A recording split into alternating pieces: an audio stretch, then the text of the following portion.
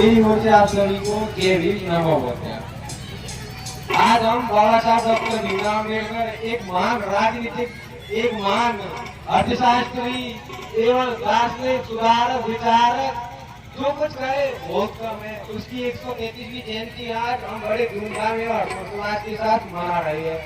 लेकिन हमें याद करना चाहिए और ये ध्यान देना चाहिए कि सबसे पहले ही जन्मदिन होता क्या है और मनाते क्यों है, और हम इस पृथ्वी पर आए हैं तो जन्म लेने का उद्देश्य क्या है, हमने जन्म क्यों लिया, इसमें हमें क्यों मिला है। पता नहीं कितने आए कितने चले गए और आप भी चले जाएंगे, लेकिन आपको याद नहीं लगेगा। आज बाबा साहब को पूरा संसार, देश विदेश के लोग, आज हमारे गाँव की पता नहीं किस किस कस्बे के लोग बाबा साहब को याद कर रहे हैं। हम जन्म लेते हैं तो इसका एक उद्देश्य होता है, ईश्वर हमको भेजता है, किसी खास उद्देश्य की पूर्ति के लिए भेजता है।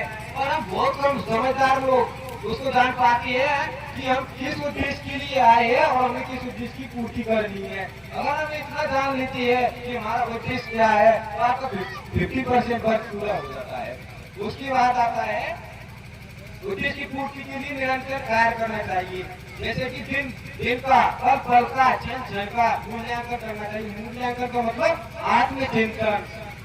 आत्मचिंतन यानी आज मैंने मेरे जीवन को बनाने के लिए कितना टाइम खर्च किया है, उसका मूल्यांकन करना बहुत जरूरी है। बाबा साहब ने कहा था, मुझे बहुत अच्छी से याद है, एक किताब में लिखा हुआ, बाबा साहब को विचार है कि अगर कोई एक व्यक्ति अपने जीवन में व्यक्ति बनकर रह जाता है तो उसका जीवन लेना व्यर्थ है, जीवन ही व्यर्थ है। क्योंकि व्यक्ति से बढ़कर उसकी सोच है, उसकी विचार है। इसलिए आप अपनी सोच, अपने विचारों को बदलिए, क्योंकि पॉजिटिव सोच हमेशा नई ऊर्जा देती है। और तो नई ऊर्जा मिलती है नहीं, आप कोई राशन भी होगा बाजार में खरीदकर नहीं आ सकते, क्योंकि नई ऊर्जा अपने अंदर विकसित होती है, अपने अंदर से आती है। और तो आप नई ऊर्जा से करना चाहते हैं ना, उसके बराबर किसी पर उसकी कोई तुलना नहीं कर सकता। जो बाबा साहब के अंदर हुई असंभव सा सपना था, आज आप देख लेते, मुझे RS बनना, IAS बनना, डॉक्टर बनना, इंजीनियर बनना, कितना आसान है। जाकर 2 लाख भेज दो, कोचिंग ज्वाइन करो, तैयारी करो, 2 साल में, 3 साल में, 5 साल में, 10 साल में। अरे SC/ST के लिए, OBC के लिए तो SC/ST के लिए 5 साल और OBC के लिए 3 साल एक्स्ट्रा दिए, लगे रहो, बिगड़ते रहो। लेकिन बाबा साहब ने असंभव समाज को बदलने का सपना देखा था, जिसको देखना ही बहुत बड़ा कुकर्म समझते थे। और बड़े लोग 85% माइनॉरिटी के लोग है ना, उसमें बाबा साहब आगे थे, और 15% यानी 15% लोग जो बाबा साहब को देखना ही नहीं चाहते थे। बाबा साहब ने ऐसे असंभव कार्य को भी पूरा कर दिया, तो हम भी कर सकते हैं, हम भी आगे बढ़ सकते हैं। इसलिए सभी को आगे बढ़ के और कोई ना कोई विचार निकालना चाहिए। और एक बात याद आ गई मुझे, जो बाबा साहब के पिताजी रामजी राव ने कही थी कि व्यक्ति को समय समय पर प्रकृति में परिवर्तन के अनुसार ही अपने नए नए लक्ष्यों का निर्धारण करना चाहिए। और निर्धारण में हमें हमेशा याद रखना चाहिए पारदर्शिता, दूरदर्शिता एवं एक सच्ची मृत्यु।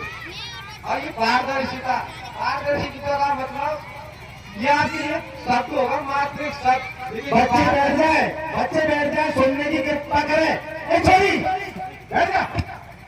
पारदर्शिता का मतलब एक शब्द होगा आपके लिए, लेकिन आप जानते हैं बीजेपी आज पूरे देश में राज कर रही है और किस तरह देश को लूटने घसटने का कार्य कर रही है। इस पारदर्शिता ने बीजेपी की नाक तरह से काट लिया है।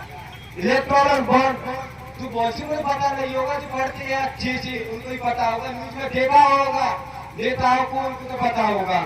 पारदर्शिता, लोकतंत्र का मतलब पारदर्शिता। आपको सबको देश में क्या चल रहा है सबको मालूम होना चाहिए। आज जो सरपंच जी है ना, सरपंच जी कुछ करती है, एक होता RTI, राइट टू इन्फॉर्मेशन। तो उससे हम सरपंच जी क्या कर रहे हैं, एक एक रुपये का हिसाब देख सकते हैं। और सरपंच जी के विरुद्ध अगर कोई भी इतना सा विश्वास मिलता है तो हम उसकी कंप्लेन ऑनलाइन कर सकते हैं बिना किसी का नाम बताए। तो ये होता है राइट टू इन्फॉर्मेशन, अधिकार, सूचना का अधिकार, जानने का अधिकार। तो ये आपको सबको पता होना चाहिए। और मैं आज सुबह से देख रहा हूँ यहाँ ये पूरा मंच है, तो यहाँ पे सभी यानी पुरुष जाति से है सभी, लेकिन यहाँ महिला जाति एक भी नहीं है, यानी स्त्री एक भी नहीं है। इसका कारण क्या है? यानी आज भी समाज में भेदभाव जातिवाद चल रहा है। क्या आप नहीं बोलोगे तो ये ठीक रहा है? बिल्कुल देख लो आप, एक भी स्त्री नहीं है। और दूसरी बात, बाबा साहब के सामने सभी ने माला पहनाकर फूलदान और अपने अपने विचार रखे, लेकिन एक भी महिला माता बहन ने ऊपर चढ़कर बाबा साहब हमने 2 पत्ती फूलों की अर्पित की हो तो वह आगे आगे बताए। क्या ये बाबा साहब के विचारों का थे? बोलो। तो आपको अपने हक की लड़ाई लड़नी पड़ेगी। बाबा साहब तो अकेले थे, वो जमाने की आप कल्पना भी नहीं कर सकते। जब बाबा साहब ने देश बदलने का सपना देखा था, उन्होंने पूरा किया था, तो आपको तो पूरा अधिकार है। आप तो आगे आकर बस 2 पत्ती भूखी तो डालने आगे आओ, अपना सम्मान मांगो, छीनो लेकिन सम्मान पाओ। यही लोकतंत्र है, यही डेमोक्रेसी है। अभी कहा था हमारे बाबा बप्पू जी ने कि शिक्षा वैसे भी का दूर है जो पिएगा बेदारेगा। मैं सच इस से सहमत हूँ, इन विचारों से सहमत हूँ, और मैं भी इसमें चलने की कोशिश करूंगा। और कलम की ताकत बोलते हैं, तो कलम के सामने कोई हथियार, परमाणु हथियार, एटम बम, गोली कुछ भी नहीं दिखता, क्योंकि कलम एक ऐसी चीज है किसी भी चीज को तोड़ मरोड़ कर जन कल्याण के लिए काम में ले सकती है।